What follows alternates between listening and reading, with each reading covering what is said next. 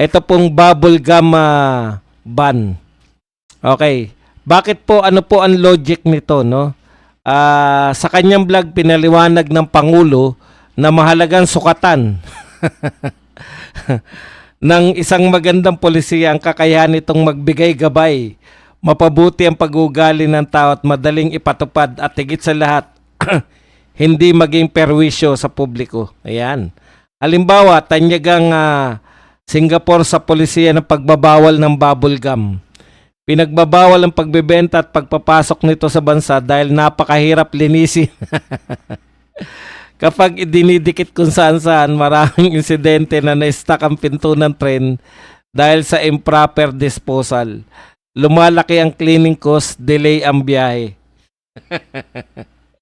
Ito po yung mga pag-iisip na ina-adapt po natin yung mga ginawa ng ibang bansa na completely out of context, no?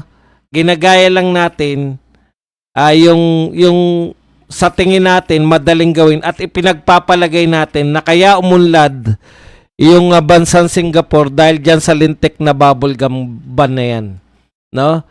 Ang dali lang, puta, di iban mo lahat ng bubble gum, uunlad na ba tayo? Kita niyo sinasabi kung saan-saan daw. Puta, punong-puno ng basura ang kapali. Ang dami nating problema, no? Ang sinasabi ninyo, disiplina ng tao yung disiplina ng pagtatapon ng bubble gum. Una, wala na po ako nakikita gaano nang umunguya ng bubble gum. Hindi na po. Siguro nung pinatupad yan, noong 1970s, lahat ng tao umunguya ng bubble gum. Ngayon po, wala.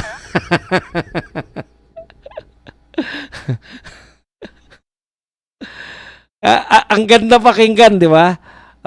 Halimbawa, pinatupad po natin, bawal na kumain ng bubble gum. Pero pwedeng mag-addict. Pwedeng maging addict, protektado ka. Pag nag-addict ka, protektado ka ng human rights. Bawal kumain ng bubble gum pero pwedeng magnakaw ng bilyon-bilyon. Pwedeng hindi ka makukulong. Magnakaw ka ng bilyon, magsoli ka ng milyon, okay ka na. Alagang-alaga ka na ng mga tao. Ang pangit po talaga kasing pangit po ni Llamas. Kung yan po, nakakatawa tayo. Okay. Pero, kinakalimutan po natin maliit na parte lang po yan ng Singapore policy, kaya sila umunlad. Diba? Alam niyo po ba kung ano ang malaking bahagi ng polisiya ng Singapore kasabay ng bubble gum?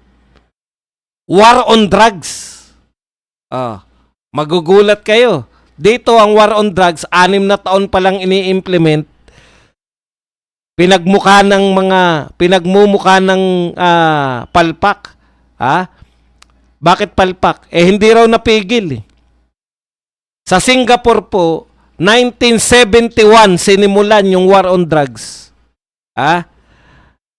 Ulitin ko, sa Singapore 1971 hanggang ngayon nagwa-war on drugs sila. Ano po ibig sabihin yan? Hindi nyo kaya ng 6 years yan. Dapat continuous. Ang kasabay po ng bubble gum ban ay war on drugs sa Singapore. Ang kasabay po ng bubble gum, pagpapaunlad po, ay war on corruption. War on drugs, war on corruption. Naintindihan ninyo? Sinimulan ni Lee Kuan Yew. Kabats pa ng tatay ni BBM si Lee Kuan Yew. Sila po yung mga leaders na pinag-aaralan namin. Nung elementary ko, yan po ang mga pinag-aaralan namin pangalan. Pinakakabisado yan sa social Di ba? President of the Philippines, Ferdinand Marcos. President of Prime Minister of Singapore, Lee Kuan Yew. Kasabay pa ni Marcos yan. Nung nagsimula silang war on drugs. Putya, 6 na taon pa lang, ang ganda na ng tinatakbo ng war on drugs ni Tatay Digong Alam mo yun? War on corruption. Hindi niya sinabi. Pwede ba umunlad dyan na pinigilan lang kumain ng bubble gum yung mga tao? Kaya sila umunlad, hinigpitan nila yung war on drugs. Marami silang pinatay na mga drogista at mga tulak, mga pusher, mga drug lords.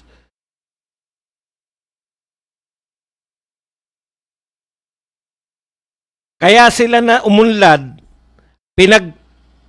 pinagpapatay nila yung mga corrupt officials.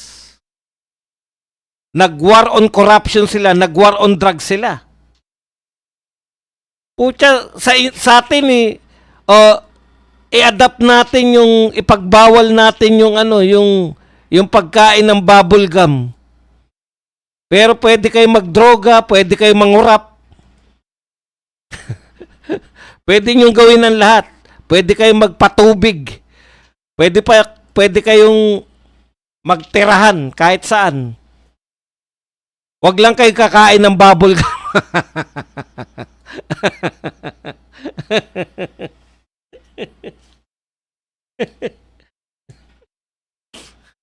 Alam niyo, selective. Yung pinakamaliit. Agayahin natin yung Singapore. Ano ba pinatupad ng Singapore? Pinagbawal nilang bubble gum. Di naman po tayo mahilig sa bubble gum. Ang mga Pilipino po mahilig sa nganga. Sigarilyo. Hindi niyo pagbabawal, di ba? Kasi wala naman. Alam niyo, nakakatawa kasi ang laki-laki po ng problema natin. No? Pero ang naiisip po ng Pangulo ng Pilipinas, tignan nyo, yung ICI na sinasabi ninyong paglutas yan, makakalutas yan dito sa problema natin sa korupsyon. Hindi na nga alam ng ICI kung tuloy pa ba sila o hindi na eh. Mismo mga tauhan ng ICI, hindi na alam kung tutuloy pa ba sila o hindi na. Saan ka nakakita? Gumawa kayo ng ahensya para mag-imbestiga sa mga korap. Mismo yung mga tao ron, hindi na nila alam kung tutuloy pa ba sila o hindi na. Yun lang hindi pa natin kino-question kung may epekto ba yung pagtatayo nun o wala. Alam nyo naman alam na natin ngayon lahat na yan, pautot lang para masabi na may ginagawa ko no. Ngayon, eto na naman, magpapautot na naman. Magbabulgam tayo. Pagbawal natin ang bubble gum. Okay. Lahat pwede. Bawal magbubble gum. Pwede kayong magdroga, pwede kayong magnakaw. Pero bawal kayong magbubble gum. Masaya yun? Masaya yun. O punta. Ganyan po ang presidente natin. Ang husay, di ba? Sana i-adapt mo na rin lang yung Singapore. Yung kaunlaran ng Singapore, ginaya mo na talaga yung totoong proyekto ng Singapore. War on drugs, war on corruption. Putya, hindi nyo nga mabanggit si Martin eh. Bawal nga banggitin si Martin eh. Sa war on corruption eh.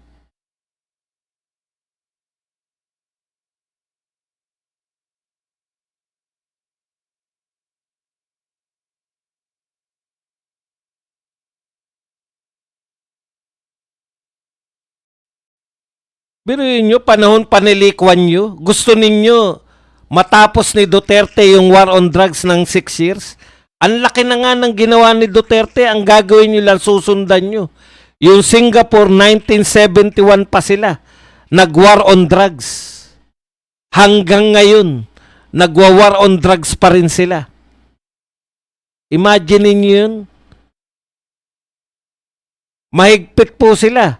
Pati po yung mga Singaporean na nagdroga sa ibang bansa.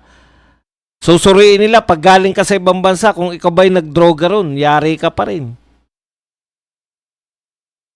Dito kinakalingan nyo yung mga addictionist, pinagtatayo nyo pa ng museum eh. Tapos sasabihin nyo na ang i-adapt nyo lang yun lang maliit. Bahagi lang po yan ng pagdidisiplina. Ang inuna ni Lee Kuan Yew, makinig kayo sa mga speech ni Lee Kuan Yew.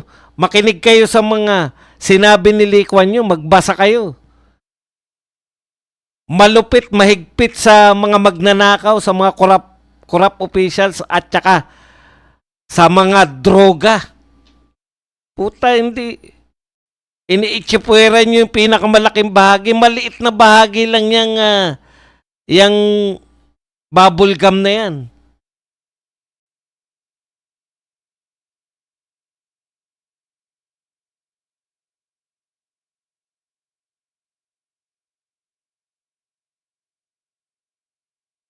Yun ang pag-unlad. Di ba? Oh, hindi. Putya, may magandang proyekto, pasasamain sa media. Yung mga media kasi, mga bayaran kasi kayo. Durugista yata kayo lahat eh. Bakit masama-masama ang war on drugs? Lahat. Tapos, asan ang ating asan, ang dami po nakatenga. Sasabihin nila, ay, panahon pa ni Duterte yan, hindi tinapos. Hindi tinapos. Hindi na natapos. Pero marami nagawa, hindi na natapos. Ano dapat nyong gawin? Itenga? Hindi. Dapat tapusin. Putya, tinitenga na lang. Ang dami nakatenggang hindi natapos ni Duterte. Hindi po ganun ang pamumuno. Every 6 years, lahat ng ginawa ni Duterte, tigil na yan. Ganun ba dapat? Kahit napakalaki na nagastos, yung dumadaan po ng NLEX, makikita nyo po, na wala na pong karugtong. Tigil na po yung mga parang may skyway din dyan na hindi ko alam kung saan papunta. Tigil na yun. Lahat tinigil eh. Yan ang katinoan ng gobyernong ito.